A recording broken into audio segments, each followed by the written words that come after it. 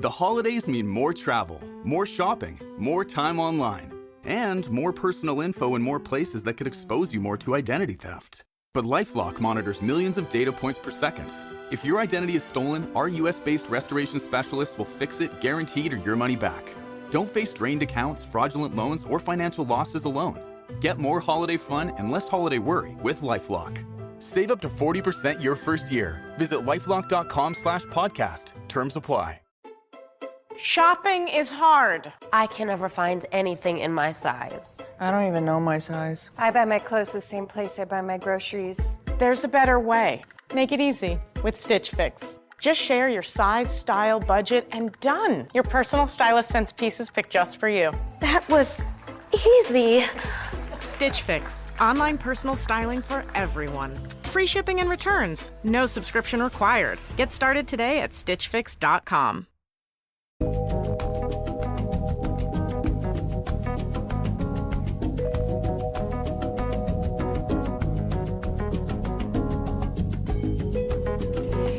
Son las 5:30, una hora menos en Canarias. Aquí tenemos a Manu Marlasca y a Luis Rendueles. Muy buenas tardes. Muy buenas. Buenas tardes, un placer que estés por aquí. Sí, verdad, sí, vernos la cara, porque hacía muchísimo tiempo que no nos veíamos sí, ya, ¿eh? Tanto. Así como que no quiere la cosa, pasan los meses. ¿No vienes por aquí? Te veo con una melena. No. El otro día, mi madre, que te ve además en la tele. Mi madre te ve en la tele siempre más vale tarde. Y el otro día, ya saben ustedes que Manu Marlasca va siempre rapado casi al 1 vas o al 0. Cada 15 días me rapo al 1. Al 1. Cada 15 días. Y pues a lo mejor el otro día... Llevaba el pelo un poco Era el largo. día 14. Eso es, el día 14 es el día bueno, pues de máximo crecimiento. El día capilar. 14 lo máximo, en vez de al 1 lo lleva al 1,5, al 1,2, ¿no? Y mi madre dijo ese día, uy, qué pelo más largo lleva hoy Manu. Se está descuidando. Tiene que cortarse el pelo. Y en efecto, al día siguiente te lo cortaste. Claro. Bueno, vamos a hacer un poco de historia, porque no solamente a veces contamos lo que ocurre hoy en la Crónica Negra, también nos gusta hacer historia para los que no recuerdan, para los que no saben, o para los que, recordándolo, quieren refrescar la memoria de lo que ocurrió hace 35 años.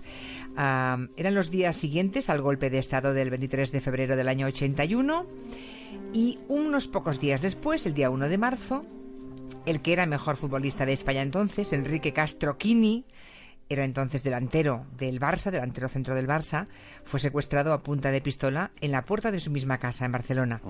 Así que con Rendueles, que es un gran y ferviente seguidor de Quini, el brujo, ¿no le llamaban? El brujo.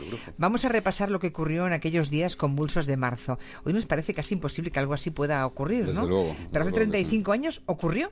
España estaba despertando, reaccionando a aquel intento de golpe de Estado del 23 de febrero del año 81, y pasa lo que pasa. Sí, la vida seguía entre asesinatos de ETA. ETA mató ese año a 31 personas, nos parece también imposible ahora, Sí. ¿no? La mayoría militares y guardias civiles. También había crímenes de grupos ultraderechistas como el Batallón Vasco Español, de extrema izquierda como el Grapo, separatistas catalanes como Terra Lliure. Ese año, en el 81, fue en el que terroristas de Terra Lliure, por ejemplo, secuestraron y dispararon una pierna al que entonces era profesor Federico Jiménez dos Santos. En ese ambiente tan terrible, la Liga de Fútbol sigue y el domingo 1 de marzo el Barça gana 6-0 al Hércules de Alicante. Las estrellas de ese equipo, de ese Barça, son Schuster y Quini, el delantero centro, que ese día marca 2 goles y se pone en cabeza del Pichichi, de la lista de máximos goleadores.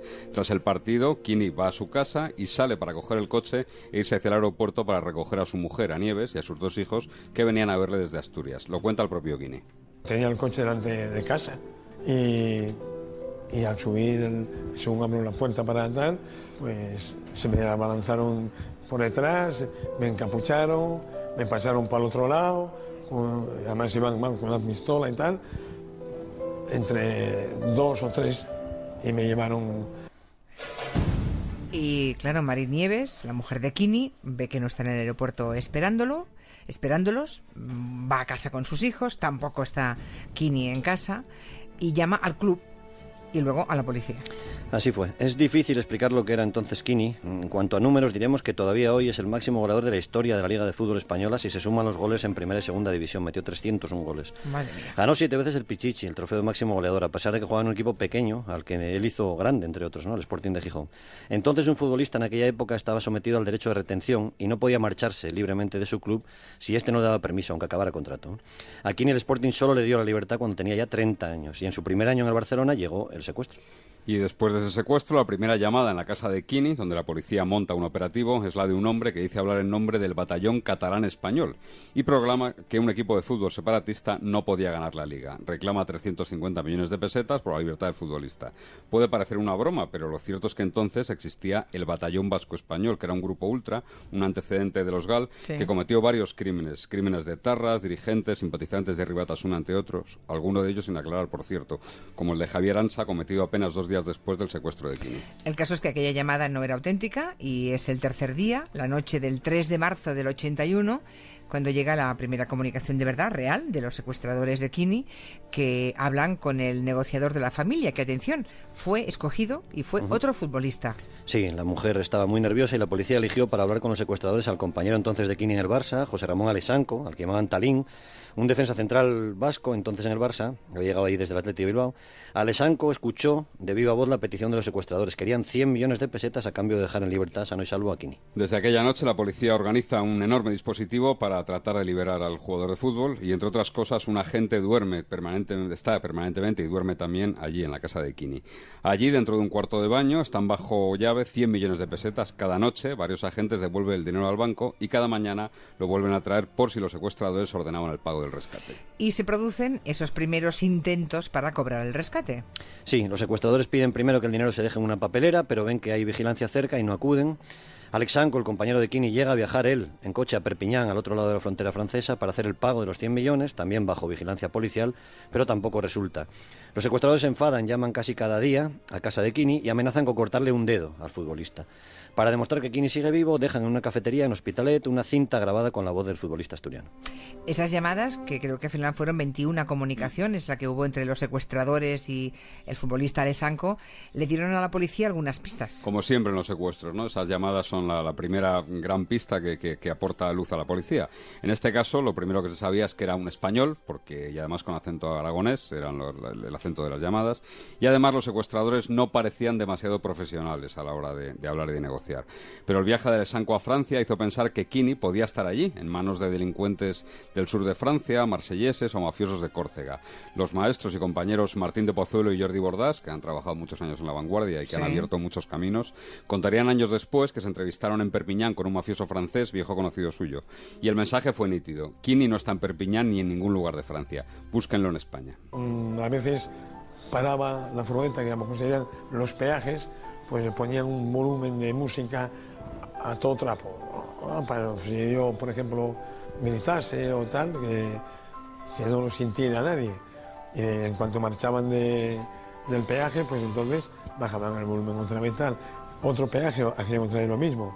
Entonces a mí me parecía tan eterno y tan largo, y esas paradas, pues yo pensé que estaba fuera de España. Claro, ese camino de Barcelona a Zaragoza no dejan de ser 300 kilómetros, pero se le hizo eterno a Quini, claro. Y en una nueva comunicación, los secuestradores vuelven a poner el foco en el extranjero. Dicen que quieren cobrar los 100 millones de pesetas del rescate en una cuenta corriente abierta en Suiza. No estaba mal pensado. Los investigadores, dirigidos por Francisco Álvarez, al que entonces llamaban el Cerebro, y que luego sería nombrado jefe del mando único antiterrorista con el PSOE, y luego condenado por los GAL, aunque esa es otra historia, consiguieron que Suiza rompiera el secreto bancario entonces, en el 81, y consiguieron también que una firma de relojes suizos, Omega, pusiera de su bolsillo, de la empresa, 3 millones de pesetas para poner un cebo a los secuestradores, ¿no? Así que ese dinero se ingresó realmente en la cuenta suiza dada por los captores. ¿Y por qué se hizo eso? Bueno, no se podía entregar todo el dinero porque se temía que entonces podían no volver a ver a Quini con vida. Claro. Se hacen con el dinero y se deshacen de Quini, ¿no? Por otro lado, los secuestradores habían contado a Alexanco su desesperación por liberar al captor. Llegaron a decir: nos está costando un dineral tener a este hombre ahí parado.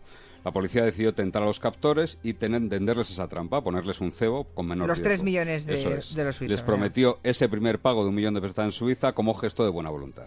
Gracias a Suiza, la policía tenía también una copia del pasaporte de la persona que había abierto la cuenta corriente en Suiza para cobrar el rescate, ¿no? El pasaporte decía que se trataba de Víctor Manuel Díaz Esteban, un trabajador de un taller mecánico de Zaragoza que estaba en paro y no tenía antecedentes penales.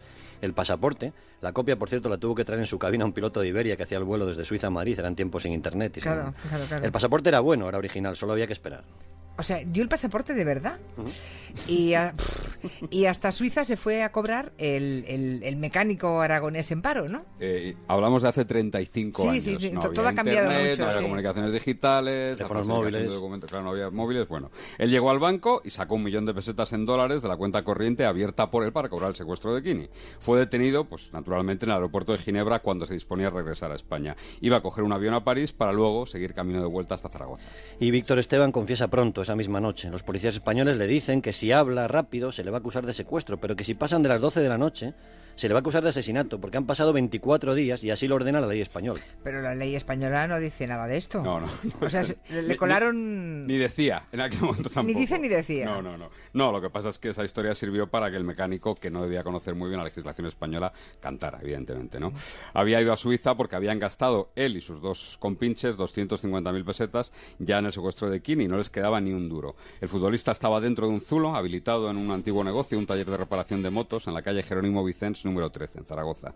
Custodiando a Kini, de custodio, dijo el hombre que alquiló el local y era dueño de la furgoneta donde metieron a Kini un mecánico llamado Sandino Tejela. Otro mecánico. Y el electricista Fernando Martín Pellejero, que era quien hablaba con la familia, y el futbolista negociador, con Talín Alessanco. Y a la mujer hasta le admiraban como futbolista, igual eran futboleros los 3 señores. Y con esos datos obtenidos en Suiza, aquella noche, la del 25 de marzo del 81, la policía, plaf, se planta en el taller mecánico de Zaragoza, encuentra a Kini y lo libera.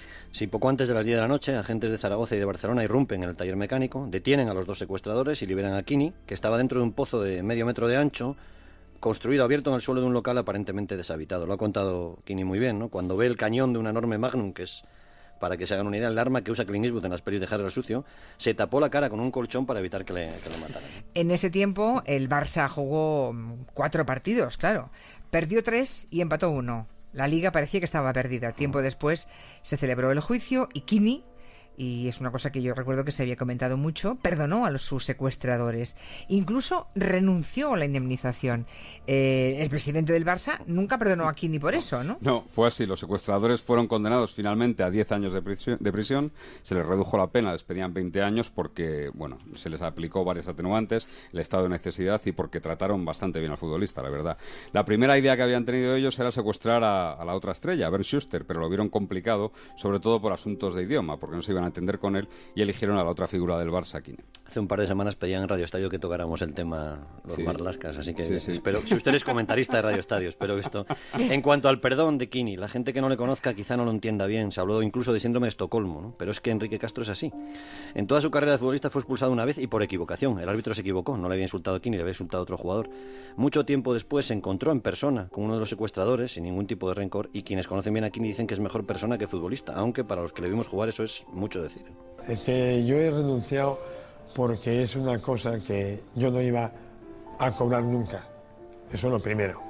Porque si ellos te hacen lo que me han hecho por dinero, es una tontería, pues fue lo que hice. ¿No? ¿Para qué me voy a meter yo en eso? Fue lo único que hice. La justicia los ha castigado, han tenido su castigo, y si están en la calle, pues oye, yo creo que todos merecen a veces una segunda oportunidad. Pues sí que parece una persona fuera de serie, desde luego. Los secuestradores, como decía en este fragmento Kini, cumplieron su condena, es verdad. Salieron, recuperaron la libertad y Kini pues volvió al Sporting, donde se retiró y donde sigue todavía, ¿no? Es delegado, ¿no, Luis? Sí. Ahora yo creo que ya no acompaña al equipo siempre, pero tiene un cargo en el Sporting. Igual nos está escuchando, le enviamos un beso y un abrazo. El taller donde estuvo secuestrado era hace un par de años un local de ensayo de grupos de rock. Sus secuestradores no volvieron a cometer ningún delito. Uno de ellos se encontró con Kini hace unos años, no le guarda ningún rencor, y algunos amigos de Kini bromean con el hecho de que en 22 días ya había convencido a los secuestradores de que le pusieron en el zulo una tele, donde por cierto estaba viendo el final de Inglaterra-España cuando la policía irrumpió y le liberaron, ¿no? Ya se había ganado a los secuestradores. Y otros hablan de un detalle pues bastante de humor negro, ¿no? Porque el bar donde los secuestradores le compraban los bocadillos para comer y cenar se llamaba el bar La Mazmorra. Sí, en Zaragoza. Después de ese secuestro y esa liberación, Kini recibió golpes más duros, ¿no? El peor, siempre lo cuenta él, fue la muerte de su hermano Jesús Castro, que fuera portero del Sporting, que se ahogó en el año 93 en una playa de Cantabria, en Pechón, después de rescatar a un padre inglés y a sus 2 hijos que se estaban ahogando allí. Qué terrible historia. Uf. Luego Kini ha superado un cáncer, es un personaje único en Asturias. El que quiera conocer más sobre Kini tiene un documental muy chulo que hizo Ray García que se llama El brujo frente al espejo. El brujo frente al espejo. Pues seguro que, claro, es que ahí las jóvenes generaciones, los mitos del fútbol Claro, duran, es que no lo conocen, duran claro. lo que duran. Hablas- Los chavales de 10 años o de 15 igual no tienen ni idea de quién era Kini, ¿no? No, seguro que Ni no. idea, así que... Hace poco un futbolista del Barça, creo que era Boyan, recibió una bronca terrible porque le preguntaron en rueda de prensa y dijo que no sabía quién era Kini. ¿Boyan? Una bronca Boyan, tremenda de la gente del Boyan, Barça. que sí. está criado en la Pero cantera del criado en la Barça, ¿no? Masía todavía Pues es le más cayó una buena, imperdonable. le cayó una buena. Bueno, pues hicimos memoria de esa crónica negra de hace 35 años. Así que a petición de oyentes de... A petición, yo recuerdo escucharlo Vale. en Marlaska, a petición de Schuster, no, de Javier Ares, yo creo. y de- Javier Ares, que nos cuenten la historia o nos cuenten la historia. Así como habla Javier Ares, pues nada, contada queda. Así me gusta, que cumplamos con los encargos. Eso. Hasta el lunes. Adiós. Adiós. Ven más. De 4 a 7 en Onda Cero, Gelo, con Julia Otero.